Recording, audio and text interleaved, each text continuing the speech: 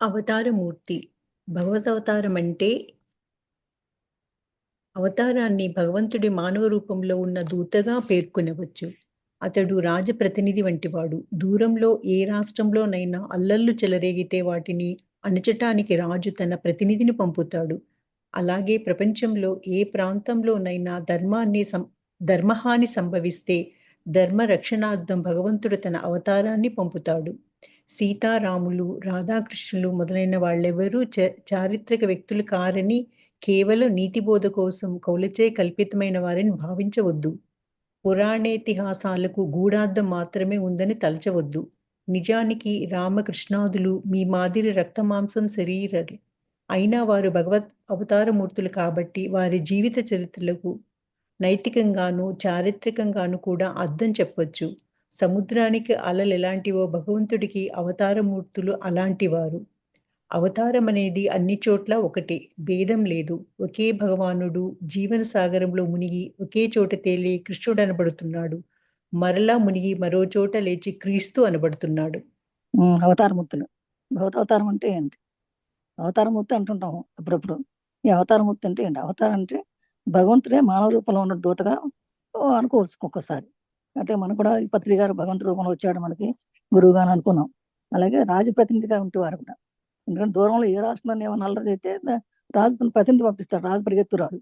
రాజు ప్రతినిధి పంపిస్తాడు. మంత్రిని, సైన్యాధికారులందరూ పంపిస్తాడు. అలాగే ప్రపంచంలో ఏ ప్రాంతంలో ధర్మాన్ని జాపిస్తే ధర్మరక్షణార్థం భగవంతుడు కొంత అవతారం పంపుతాడు అనమాట. అవతారం పంపుతూ ఉంటాడు. అలాగే సీతారాములు, రాధాకృష్ణుడు మొదలైన వాళ్ళందరూ కూడా అలా వచ్చిన వాళ్ళే. అలాగే చారిత్రక వ్యక్తులు కూడా కానీ కేవలం నీతిబోధ కోసం కవల్చి కల్పితమైనటువంటి భావించవచ్చు. అలాగే పురాణ ఇతిహాసాలు కూడా గూఢార్థం మాత్రమే అందని తలంచవచ్చు. నిజానికి రామకృష్ణాదులు ఈ మాదిరి దత్తమాంసరులే అయినా వారు భగవద్ అవతారమూర్తులు కాబట్టి వారి జీవిత చరిత్ర నైతికంగానే చారిత్రకంగాని కూడా అర్థం చెప్పవచ్చు. సముద్రానికి అలలాంటివో భగవంతుడికి అవతారమూర్తులు లాంటి వాళ్ళట. అంటే సముద్రానికి అలలు అలా వస్తాయో అలాగే భగవంతుడు కూడా అవతారమూర్తులు లాంటి వాడు అని చెప్తున్నారు. అవతారం అనేది అన్ని చోట్ల ఒకటే, భేదం లేదు. కానీ ఒకే భగవానుడు జీవసాగరంలో మునిగి ఒక చోట తేలి కృష్ణుడు అనబడుతున్నాడు, మరో చోట చేరి క్రీస్తు అనబడుతున్నాడు, మరో చోట రాముడు అనబడుతున్నాడు, ఇంకో చోట శ్రీ బాబా అని పెడతాడు. అట్లా ఎన్నో రకరకాల పేర్లు ఉంటాయి కానీ ఇవన్నీ కూడా అవతారమూర్తులే అని చెప్తున్నారు. సచ్చిదానంద వృక్షంలో రాముళ్ళు, కృష్ణుళ్ళు, బుద్ధుళ్ళు, క్రీస్తులు గుత్తులు గుత్తులుగా వేలాడుతున్నారు. దానిలోంచి ఒకరిద్దరు అప్పుడప్పుడు ఈ లోకంలో దిగివచ్చి మహా పరివర్తనలను కలిగిస్తూ ఉంటారు. అవతారమూర్తులు దైవశక్తులతో, దైవ సంపదలతో ఆవిర్భవిస్తారు. బ్రహ్మానుభవంలో మహోత్తమానుభవం నుంచి అతి సామాన్య భవం వరకు అన్ని ఏ అనుభవాన్నైనా, స్థితినైనా సంకల్ప మాత్రంతో వారు పొందగలరు. దానిలో నెలకొని ఉండగలరు. కొత్త వ్యక్తి రాచనగరంలో దర్బారు వరకే పోగలడు గాని యువరాజైన రాకుమారుడు ఏ భవనంలోకైనా, ఏ మూలకైనా యథార్చిగా పోగలడు కదా! అవతారమూర్తుల అహంకారం పలుచని పొర మాదిరి ఉంటుంది. అందులో నుంచి భగవంతుడు వారికి సదా గోచరిస్తూనే ఉంటాడు. అతడొక గోడ పక్క నిలబడి ఉంటాడనుకోండి. దానికి ఇరువైపులా సువిశాలమైన పొలాలు ఉన్నాయనుకోండి. గోడలో ఒక కన్నం ఉంటే దానిలోండి ఆవలి పక్క పొలాన్ని కనపడతాయి గదా! అంతేగాక ఆ కన్నం తగినంత పెద్దదైతే దానిలోండి అవతలికి పోవచ్చు గదా! అవతారమూర్తుల అహంకారం కన్నంతో కూడిన ఈ గోడ లాంటిది. వారు గోడలకు ఆవలి వైపు ఉన్న అపారమైన భూప్రాంతాలన్నీ చూడగలరు. అంటే మానవ శరీరాన్ని ధరించిన సదా యోగస్థితులే ఇచ్ఛానుసారం వాడు గోడకు అవతల వైపు నుంచి సమాధి క్షేత్రంలోకి పోగలరు. ఆ కన్నం తగినంత పెద్దదై ఉంటే అందులో నుండి బయటికి పోయి మళ్ళీ ఇవతలకు రాగలరు. అంటే సమాధ్యావస్థను పొందాక కూడా వారు సామాన్యమైన బాహ్య స్ఫురణ పొందగలరు. అది ఇక్కడ అవతారం అనేది అన్ని చోట్ల ఒకటే లేదు. భగవంతుడు దేవస్థానంలో మునిగి ఒక చోట కృష్ణుడిగా ఉంటాడు, ఇంకో చోట ఇంకో రకంగా ఉంటాడు అని చెప్పారు కదా. సచ్చిదానంద వృక్షంలో ఈ సచ్చిదానంద వృక్షంలో రాముళ్ళు, కృష్ణుడు, బుద్ధుడు, క్రీస్తులు గుత్తులు గుత్తులుగా వేలాడుతున్నారు. దానిలో నుంచి ఒకరిద్దరు అప్పుడప్పుడు ఈ లోకంలో దిగి వచ్చి మహాపరివర్తన కలిగి అట్లా ఒక్కోసారి ఎంతో మంది ఉన్నారు. వాళ్ళలో అప్పుడప్పుడు ఒక్కోసారి వస్తారు. ఒకసారి కృష్ణుడు వస్తాడు, ఒకసారి రాముడు వస్తాడు. అంటే త్రేతాయుగంలో రాముడు వచ్చాడు, ద్వాపరయుగంలో కృష్ణుడు వచ్చాడు, కలియుగంలో బాబా వచ్చారు. అలా రకరకాలుగా వస్తారు. ఆ వచ్చిన వాళ్ళు ఎవరిని మనం చూసుకోవాలి కానీ అప్పుడప్పుడు ఇట్లా వస్తువులను తెలుసుకోవాలి. అవతారమూర్తులు దైవభక్తులతో దైవ సంపదలతో ఆర్భిస్తారు. అందుకని బ్రహ్మపదంలో బ్రహ్మాండ మహోత్తం అనుభవం ఒక మంచి జరుగుతుంది. స్వానుభవం వరకు ఉన్న వరకు ఈ అనుభవాలు ఎన్నైనా సంకలు రావచ్చు. స్వానుభవంతో మనం చక్కగా మనంతలో మనం తెలుసుకుంటే మనం ఆనందం పొందుతాం వాళ్ళతోటి. తెలుసుకోకపోతే వాళ్ళేంటి వీళ్ళేమిటి అని చెప్పి విమర్శించేస్తారు అనమాట. అజ్ఞానం ఉన్నంతసేపు విమర్శించేస్తాం. ఆనందం జ్ఞానం తెలుసుకుంటే కాస్తే వాళ్ళ గురించి తెలుసుకోగలుగుతాం అని కొత్త కొత్త వ్యక్తి దర్బార్ నుంచి వరకు పోగలుగుతాడు. యువరాజుని రాజకుమారుడు ఏ భవనంలోనే వస్తాడు. అందుకని ఏ భగవంతుడు అనేవాడికి ఎక్కడైనా తిరుగుతాడు, ఎక్కడైనా ఉంటాడు. కానీ యథేచ్ఛగా తిరగదు. కానీ అవతారమూర్తులకి అహంకారం పలచని పరమాది. అహంకారాన్ని ఉండదు. అహంకారం పలచని పరలా అనుకుంటాం కానీ అది కూడా ఉండదు అసలు. అందులో నుంచి భగవంతుడు వారికి సదా గోచరిస్తూనే ఉంటాడు. ఎప్పుడైతే మన అహంకారం పోతుందో అప్పుడు కనపడతాడు భగవంతుడు. ఒక గోడ పక్కన నిలబడి ఉన్నాడు అనుకోండి, దానికి ఇరుపైకలా సుశాలమైన పొలం ఉన్నదనుకోండి, గోడలో కన్నం ఉంటే దాని నుండి అవతల పక్క పొలాన్ని కనబడుతుంది. అలాగే కాకుండా అంతేకాకుండా ఆ కన్నం తగినంత పెద్ద అయితే దాని నుండి అవతల పోవచ్చు కదా. అలాగే అవతారమూర్తులు అహంకారాన్ని కన్నంతో కూడా నా గోడ లాంటి వాళ్ళట. అందుకని వాళ్ళ గోడకు ఎవల వైపున ఉండి అవతల వైపున ఉన్న అపారమైన పురుపంతా చూడగలరాళ్ళు. అంటే మానవ శరీరాన్ని ధరించినా కూడా వాళ్ళు మామూలుగా చూడడానికి మానవ రూపంలో ఉంటారు. కానీ అపారమైన శక్తి కలిగిన వాళ్ళు ఏ శరీరాన్ని ధరించిన వాళ్ళు యోగ సిద్ధులై ఉంటారు. వాళ్ళు ఇచ్చానుసారం గోడకు ఆపుల వైపున ఇతర వైపున ఎప్పుడు సమాధి స్థితిలోనే ఉంటారు. అందుకని వాళ్ళు ఇక్కడికి పోయారు, అక్కడికి వెళ్ళారు, ఇక్కడికి వెళ్ళారని కాదు. వాళ్ళు ఎక్కడున్నా సామాన్యంగా కనపడతారు, బాహ్యస్వరం లేకుండా ఉంటారు, ఎప్పుడు సమాధి స్థితిలోనే ఉంటారు. అంతెందుకు ఇప్పుడు ఈ రోజుల్లో మనం సాయిబాబాని చూస్తున్నారు కదా, ఎలా ఉన్నాడు అని ఎలా ఉన్నాడో అనే సంగతి మనకు అందరికీ తెలిసిన విషయం. అదేవిధంగా నిన్న దాకా చూసిన మన గురువు సుభాష్ పత్రిజీ కూడా అలాగే ఉంటారు. అవతారమూర్తుల గుర్తించడం కష్టం. భగవదవతారాన్ని గ్రహించడం కష్టం. అది పరిచ్ఛిన్నమైన జగత్తులో అపరిచ్ఛిన్నమైన బ్రహ్మ యొక్క లీల. భగవాన్ శ్రీరామచంద్రుడు లోకంలో అవతరించినప్పుడు సప్త ఋషులు మాత్రమే అతడు భగవదవతారమని గ్రహించగలిగారు. అలాగే భగవంతుడు ఈ లోకంలో అవతరించేటప్పుడు ఏ కొద్ది మంది మాత్రమే అతడి దివ్యత్వాన్ని గ్రహించగలుగుతారు. మహానీయుడైన ఆచాడు స్వస్థానంలో తన బంధువర్గం చేత మన్ననలకు ఎందుకు పొందాడు? గారడీవాడి విద్యను చూడడానికి అతగాడికి బంధుజనం వచ్చి చుట్టూ మూగారు. కానీ ఇతరులలో నోళ్ళ వెళ్ళబెట్టి అతడి ఇంద్రజాలం చూసి అబ్బురపడుతుంటారు. బూరుగ చెట్టు విత్తనాలు దాని కింద పడవు. అవి గాల్లో కొట్టుకుని పోయి ఎక్కడో పడి మొలుస్తాయి. అలాగే మహాత్ముడి బోధనలు అతడి స్వస్థానంలో కాక దూరదేశంలో వ్యక్తమై ప్రకాశిస్తాయి. దూరదేశస్థులు అతన్ని కీర్తిస్తాయి.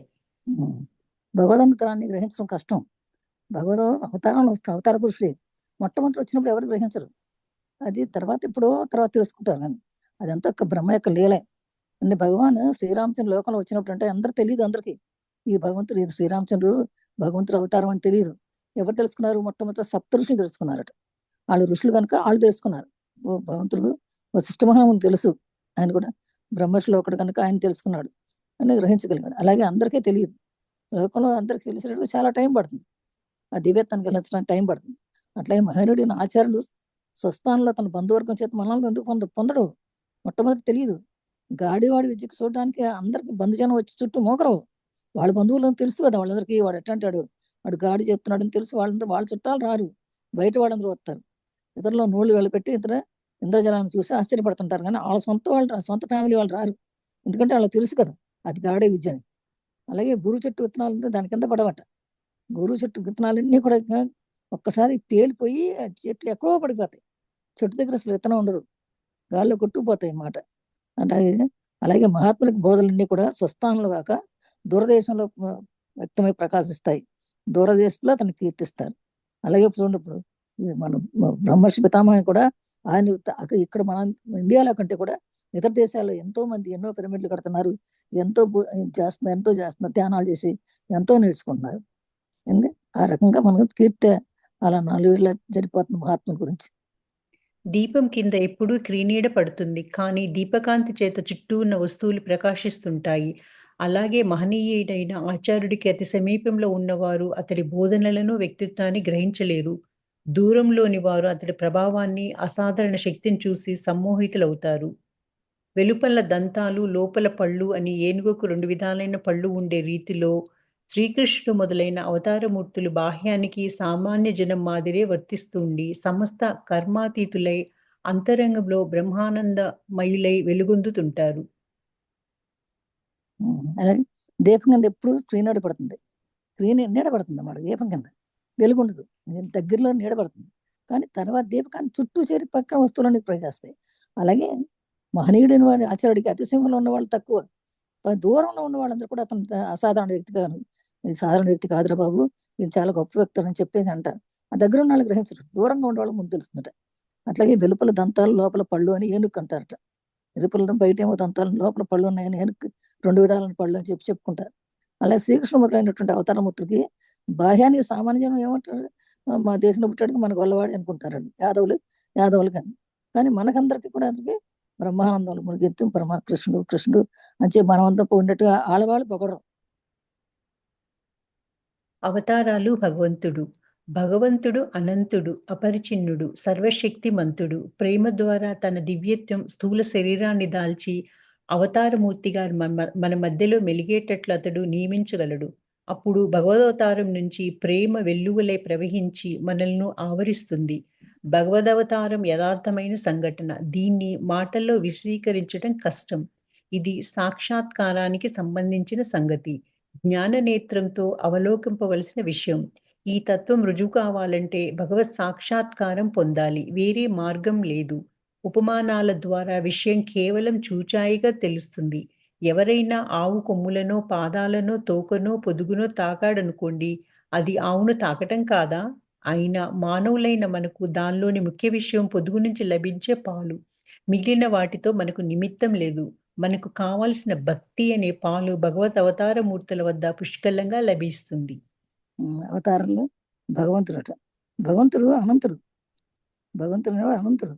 అదే అపరిచ్ఛిన్నుడు, సర్వశక్తిమంతుడు. ఆయనకి అన్ని శక్తులు ఆయనకే ఉన్నాయి. కానీ ప్రేమ ద్వారా తన దివ్యత్వాన్ని స్థూల దేశాలను దాల్చి అవతారమూర్తిగా మన మధ్యలో మెలిగేటట్టు అతడు నిర్మించగలుగుతాడు. ఎట్లా అంటే ఆయనకి ప్రేమ, ఒకరి మీద ద్వేషం అంటూ ఉండదు, అందరినీ ప్రేమిస్తాడు. అంత మనుషులనే కాదు, ప్రతి జీవిని ప్రేమించగలిగే తత్వం భగవంతుడికి ఉంటుంది. అప్పుడు భగవదనుగ్రహం మంచి ప్రేమలో మనల్ని కూడా ఆవరిస్తుంది. అప్పుడు భగవంతుని చూస్తే మనకు కూడా ప్రేమ వస్తుంది. ఆ భగవద్ అవతారం యథార్థమైన సంఘటన. దీన్ని మాటల్లో మనం చెప్పలేము. ఈ భగవంతుని దర్శనం అనేది మనకందరికి మాటల్లో చెప్పలేము. అది ఎవరికి వాళ్ళకి సాక్షాత్కారం తెలిస్తేనే తెలుస్తుంది. కానీ అది జ్ఞాననేత్రంతో అవలోకించిన విషయం. ఈ తత్వం రుజువు కావాలంటే భగవత్ సాక్షాత్కారం పొందాలి. ఎప్పుడైతే భగవంతుడు ఎలా ఉంటాడు, భగవంతుడు ఎలా చూడాలి అని అంటే ఎవరికి వాళ్ళకి భగవంతుడి అనుగ్రహం కలిగితేనే తెలుస్తుంది. ఎవరికి వాళ్ళకి భగవత్ సాక్షాత్కారం తెలిస్తేనే చెప్పగలం, కానీ లేకపోతే చెప్పలేము. అని ఈవెన్ గురువు కూడా చెప్పలేరు. అని వేరే మార్గం లేదు. ఉపమానాల ద్వారా విషయం కేవలం చూసాయిగా తెలుస్తుంది.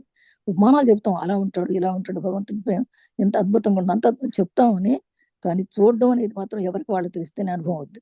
ఎలాగంటే ఆవు కొమ్ములనో, పాదాలనో, తోకనో, పొదుగునో తాగుడు అనుకోండి, అది ఆవును తాకడం కాదు, తాగును తాకడమే. కానీ మామూలుగా మనకు దానిలోని ముఖ్య విషయం పొదుగు కావాలి.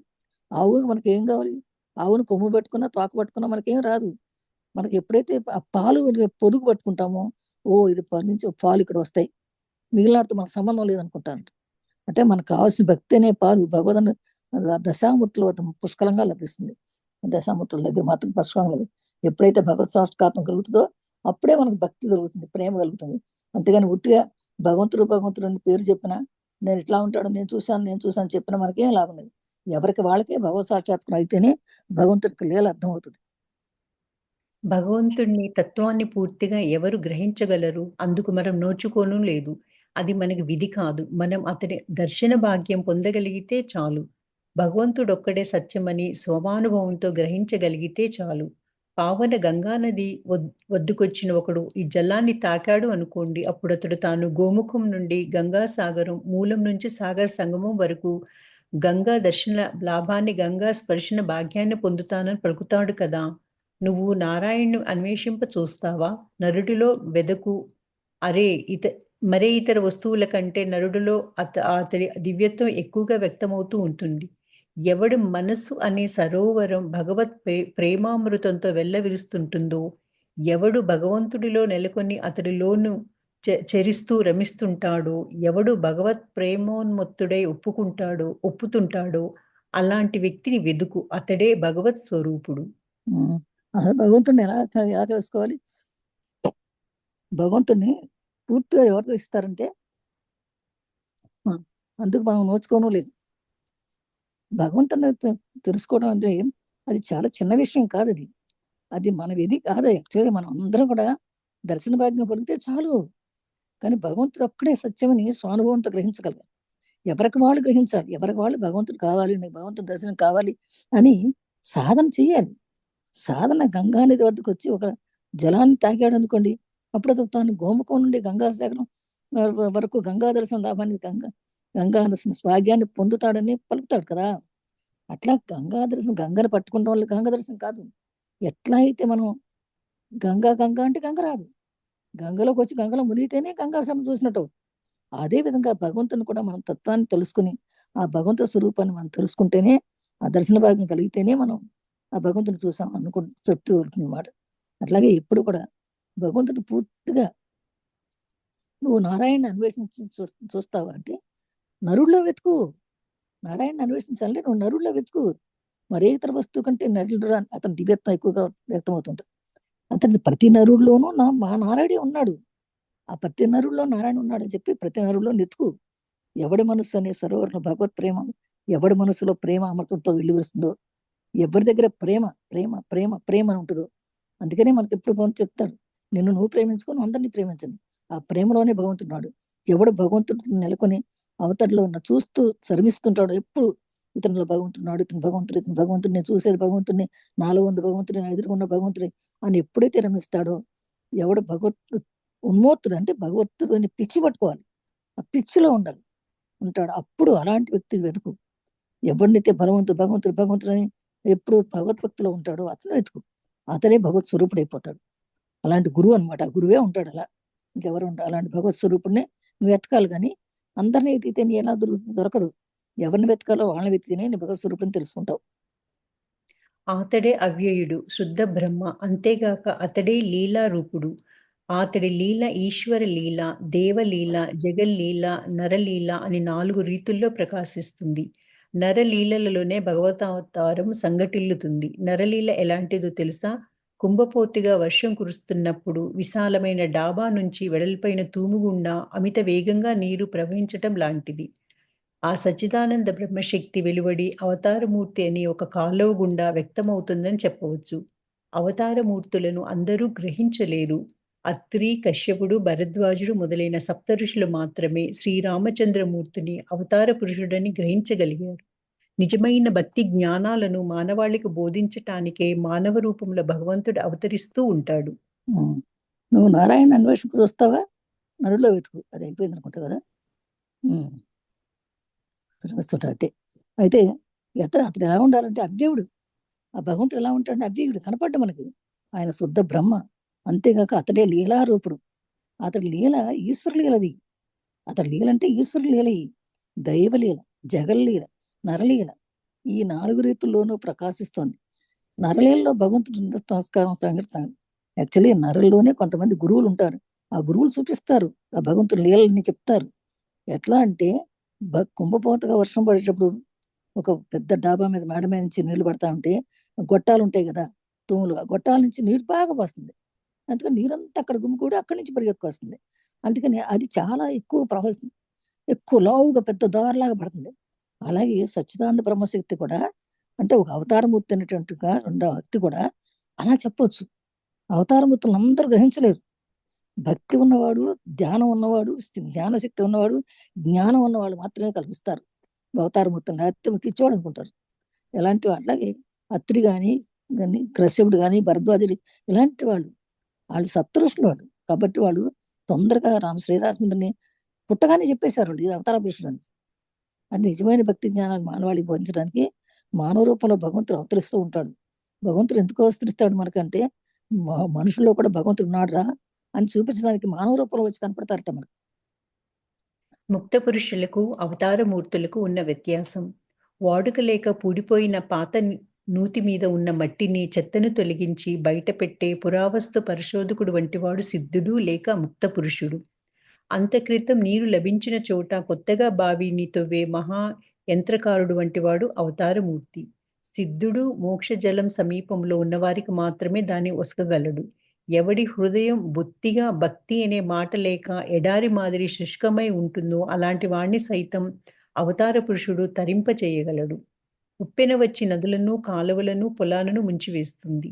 చుట్టుపక్కల ప్రాంతమంతా జలమయమవుతుంది. వాన నీరు మామూలుగా కాలువ గుండా మాత్రమే ప్రవహిస్తుంది.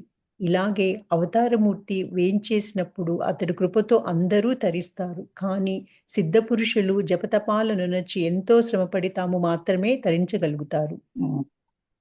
వాడుక లేక వాడుకలు పూడిపోయిన పాత్ర నెయ్యి ఉందనుకోండి, ఆ ఉన్న మట్టిని తీసేసి చేతన తొలగించి బయటపెట్టి పురావస్తు వంటి వాళ్ళు కొంతమంది ఇక్కడ ఉందరా నీరు ఉందరా, ఇక్కడ ఆల్రెడీ ఉందరా నీరు అని చెప్పి చెప్తారట.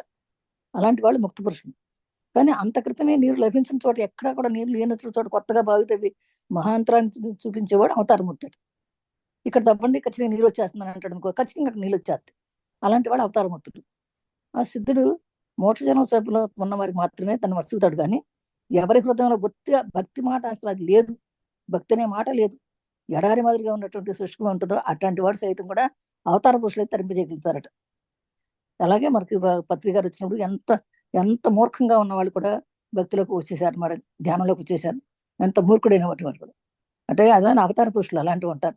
అట్లాగే ఉప్పెన వచ్చిన నదులను, కాలువలను, సోపాలను ముంచి వేస్తాయి. ఉప్పెనగాలు వచ్చి తుఫాన్ వచ్చిందంటారే, తుఫాన్ వస్తే కాలువలు, నదులు అన్ని నుంచేస్తుంది. చుట్టుపక్కల ప్రాంతం అంతా కూడా జలమైపోతుంది. అక్కడ ఏనాడు జలం లేదు, కూడా జలమయం అయిపోతుంది. వాన్ నీరు మామూలుగా కాలకుండా మాత్రమే ప్రవహిస్తుంది. కానీ ఇలా అవతారమూర్తి ఏం చేసినప్పుడు అది అందరూ తరిస్తారు. కానీ సిద్ధపురుషులు జపతపాలను నడిచి ఎంతో శ్రమపడతాం మాత్రమే తరించారు. సిద్ధపురుషులు అంటే వాళ్ళు అప్పుడప్పుడు వచ్చి వాళ్ళు అప్పుడప్పుడు జపాలు తపాలు చేసుకుని వాళ్ళంతా వాళ్ళే వాళ్ళంతా వాళ్ళు జపం చేసుకుని వాళ్ళు మాత్రం వాళ్ళు తరిస్తారు. కానీ అవతారమూర్తుల్లా కాదు, వాళ్ళు తరిస్తారు, ఇతరులను కూడా తరింపజేస్తారు. పెద్ద మాను ప్రవాహంలో కొట్టుకుని పోయేటప్పుడు కొన్ని వందల పక్షులను తన మీద మోసుకొని పోతుంది. అది మునిగిపోదు.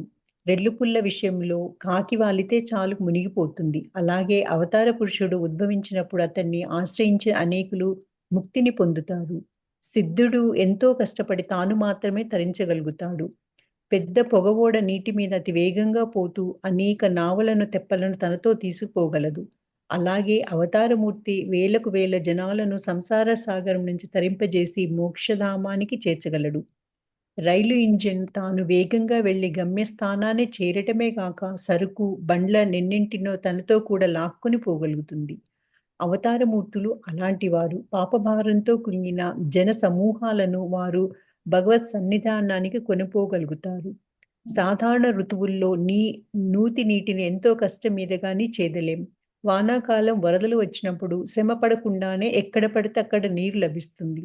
అలాగే సాధారణంగా భగవంతుడు జనులెంతో శ్రమపడి జపతపాలు ఆచరిస్తే గాని సాక్షాత్కరించడు. కానీ లోకంలోకి అవతారం అనే వరద వచ్చినప్పుడు భగవంతుడు అన్ని చోట్ల దర్శనీయం అవుతాడు. ఎట్లా అంటే పెద్ద మాను ప్రవాహంలో కొట్టుకుపోతుంది అనుకోండి, పెద్ద మాను అంటే పెద్ద చెట్టు కొట్టుకుపోతుంది అనుకో, అప్పుడు కొన్ని వందల పక్షులు కూడా దాని మీద ఉంటాయి. అవి కూడా వెళ్ళిపోతాయి, అట్లా దాటితో పాటు వెళ్ళిపోతుంది, అది మునిగిపోదు. కానీ ఒక చిన్న రెల్లు పుల్ల విషయంలో కాకి దాని మీద వాళ్తే అది మునిగిపోతుంది. అలాగే అవతార పురుషులు వచ్చినప్పుడు అతను ఆశ్రయించి అనేక మంది ముక్తి పొందుతారు. కానీ చిన్న చిన్న సిద్ధులు వచ్చినప్పుడు ఎంత కష్టపడి మాత్రమే తరించగలుగుతారు, వాళ్ళే తరించుతారు. కానీ అవతార పురుషులా కాదు. అట్లాగే ఎట్లా అవతార పురుషులు వచ్చారంటే వాళ్ళు అందరినీ తరింపజేయగలుగుతారు అనమాట. అంటే పెద్ద పగవాడ నీటి మీద అతివేగంగా పోతుంటే అనేక నామాలను కూడా తీసిపోవాలన్నది. అలాగే అవతారమూర్తి వేలకు వేల జనాల్ని ఈ సంసారం నుంచి బయటపడేస్తాడు అవతారమూర్తి వస్తే. అట్లాగే బాబా లాంటి వాళ్ళు అనమాట. ఇప్పుడు ప్రస్తుత కాలంలో రైలు ఇంజిన్ తాను వేగంగా వెళ్ళి గమనిస్తానని చేయటమే కాకుండా ఎంతో రైలు ఇంజిన్ పోతుందంటే అనుమానం ఎన్నో బండ్లు ఎన్నో సరుకులు పోతానే ఉంటాయి, లేకపోతే పోతుంది. అట్లాగే అవతారమూర్తి లాంటి వారు అనమాట. పాపభారంతో పొందినటువంటి ఈ జన సమూహాలు వారు భగవద్ నిదానాన్ని కొనిపోగలరు. అట్లాగే రైలు ఇంజిన్ లాంటి వాళ్ళు మహానుభావులు. సిద్ధపురుషులు అయితే మామూలుగా వెళ్ళిపోతారు, కానీ రైలు ఇంజిన్ లాంటి వాళ్ళు అయితే మహానుభావులు ఇంకా అందరినీ లాక్కెళ్ళిపోతారట. అలాగే సాధారణ ఋతువుల్లో నూతి నీటిని ఎంతో కష్టంగా చేరగలం. వానాకాలంలో వరదలు వచ్చినప్పుడు ఏమి శ్రమ ఉండదు, పైనే ఉంటాయి నీళ్లు, అందరూ రాగలరు. ఎంత భగవంతుడు కూడా అట్లాగే జనాలు శ్రమపడి జపతపాలు ఆచరిస్తే కానీ సాక్షాత్కరించడు. కానీ లోకంలోకి అవతారం అనే వరద వచ్చినప్పుడు, అంటే అవతార పురుషులు వచ్చినప్పుడు భగవంతుడు అనే చోట దర్శనింపజేస్తారు అన్నమాట. ఒక స్థలం చుట్టూ చాలా ఎత్తైన గోడ ఉంది. బయట ఉన్న వారికి ఆ స్థలం ఎలాంటిదో తెలియదు. ఒకసారి నలుగురు వ్యక్తులు నిచ్చెన వేసుకొని లోపల ఏముందో కనుగొనాలనుకున్నారు. మొదటి వ్యక్తి గోడ చివరకు ఎక్కగానే ఆహా! ఆహాహా! అంటూ ఆనందం పట్టలేక నవ్వుతూ లోపలికి దూకేశాడు. రెండో వ్యక్తి గోడ ఎక్కగానే మొదటి వ్యక్తి మాదిరి మహానందంతో నవ్వుతూ లోపలికి దూకేశాడు. మూడో వ్యక్తి అలాగే చేశాడు. ఇక నాలుగో వ్యక్తి గోడ ఎక్కేసరికి అతడి కళ్ళ ముందు రకరకాల మధుర ఫలాలతో ఒప్పారే ఒక దివ్య సుందరవనం కనిపించింది. లోపలికి దూకి వాటిని అనుభవించాలనే తీవ్రమైన కోరిక పుట్టినా అతడు నిగ్రహించుకొని నిచ్చెన మీదుగా కిందకి దిగివచ్చి, ఆ ఉద్యానవన వైభవాన్ని గురించి బయట వారికి తెలియజేశాడు. బ్రహ్మమే ఈ గోడకు ఆవలి దివ్యవనం. దాన్ని చూసిన వారంతా తమ వ్యక్తిత్వాన్ని మర్చిపోయి దానిలో ఐక్యమవడానికే గభాలను దుంకుతారు. మహాత్ములు, ముక్తులు ఇలాంటివారు. కానీ బ్రహ్మాన్ని దర్శించి తమ పరోక్షానుభూతిని, పరమానందాన్ని ఇతరులతో కూడా పంచుకొని అనుభవించటానికే నిర్వాణ మహావకాశాన్ని నిరాకరించి సంసార సాగరంలో దిక్కుతోచని మానవాళికి తరుణోపాయం చూపటానికే మనస్ఫూర్తిగా జీవిత భారాన్ని వహించేవాడు లోకరక్షకుడు. ఆ, బాణసంచ సరే. సరే. చదవని అమ్మా. ఇది ఇది ఎక్కడ ఒక స్థలం చుట్టూ అదేనా? అదే. ఒక స్థలం చుట్టూ చాలా ఎత్తైన గోడ ఉందట. ఎత్తైన గోడ ఉండేసరికి బయట ఉన్న వాళ్ళకి ఆ ఏంటో లోపల ఏముందో మనకందరికి అదే ఉంటుంది. ఆ లోపల ఏముందో అనే ఒకటి వస్తుంది. అయితే ఒక నలుగురు వచ్చేసి అనుకున్నారంట, ఆ నిచ్చెన వేసుకుని ఎక్కుదాం, లోపల ఏముందో చూద్దాం అని చెప్పేసి అనుకున్నారట. వాళ్ళు వచ్చిన తర్వాత ఏముందో కనుక్కోని వచ్చారు. మొత్తం గోడ ఎక్కాడు. ఆ చివరి దాకా ఎక్కేశాడు. ఎక్కిన ఆహా ఆహా ఆహా అన్నట. అరే ఏముందిరా అని ఇక్కడ కింద వాళ్ళు చెబుతారు కదా అంటూ ఉండండి అనుకున్నా ఆ లోపలికి ఆనందం పట్టలేకపోయి నవ్వాడు. నవ్వి లోపల దూకేశాడు. ఇంక రెండో వ్యక్తి మిగిలిన వాళ్ళకి తెలియదు. మళ్ళీ అలాగే రెండో వ్యక్తి కూడా ఎక్కాడు. అతను కూడా మరో వ్యక్తిలాగా చూసి అమ్మో బాగా ఉంది అమ్మో అని నవ్వుకుంటూ చాలా ఏదో ఉందని ఆనందంతో నవ్వుకుంటూ అతను దూకేశాడు. మరి మూడో వ్యక్తి కూడా అలాగే చేశాడు. ఇక నాలుగో వ్యక్తి ఉన్నాడు. గోడ ఎక్కేసరికి అతనికి చాలా రకరకాల మధుర ఫలాలు కనపడ్డాయట. అబ్బా చాలా మధుర ఫలాలు ఉన్నాయి ఇక్కడ అన్నాడు.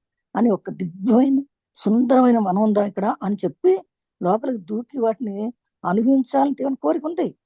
నేను కూడా అందుకే కావున వాళ్ళు ముగ్గురు రాలేదు. నేను కూడా వెళ్ళి లోపల ఆ మధుర ఫలాలను తీసుకొస్తూ లోపలికి వెళ్దామని అనుకున్నాడు. చాలా కోరిక ఉంది, వెళ్ళిపోదాం దూకుదామని. కానీ నిగ్రహించుకుని నెచ్చిన కిందకి దిగి వచ్చేసాడు. ఎందుకు వచ్చేసాడు అంటే అది నేను ఒక్కదాన్ని పండం కాదు. అవతల ఉన్నటువంటి దివ్యానాన్ని దాన్ని చూసిన వారందరికీ తను చెప్పాలి కదా. చెప్పతే ఎలా వస్తుంది? అందుకని తను మొత్తం వచ్చి ఆ వ్యక్తి మర్చిపోయి తను తిందాము, వెళ్ళిపోదాము, సుఖాన్ని పొందుదాం అనే మాట మర్చిపోయి అందరి కోసం అని చెప్పేసి గవా నైక్మోడక్షన్ లేక దూకితడు. మహాత్ములు కూడా ముక్తులు ఇలాంటి వాళ్ళే. కానీ బ్రహ్మాన్ని దర్శించి దానికి ఇతరులతో కూడా తను పంచుకోవాలని చెప్పి అనుకుంటారట. అందుకని నిర్వాణ మహాసాన్ని నిరాకరించి తనంతటి తను పొందడం కాకుండా ఇతరులను కూడా సంసారం నుంచి బయటికి లాగాలని ఉద్దేశంతో ఇతరులకు సహాయం చేయాలని, అందరూ పొందాలి ఈ అవకాశాన్ని అనుకుని వాళ్ళ సంసార సభలో ఉన్న వాళ్ళని దిక్కు తోచకుండా ఉన్న వాళ్ళందరినీ కూడా వాళ్ళకు కూడా మనస్ఫూర్తిగా ఇలాంటి జీవితం ఉందరా, ఆ ముందు ఇంకా ఉందరా, మనం బయట గోడ అవతలకి ఏరాలి అని చెప్పేసి అందరినీ లోపలికి తీసుకెళ్ళాలి, అందరినీ తీసుకెళ్ళాలి, అందరికీ చెప్పాలి ఈ విషయం అని వచ్చేస్తారంటే అవతారమూర్తులు మాత్రమే అలా చేయగలరట.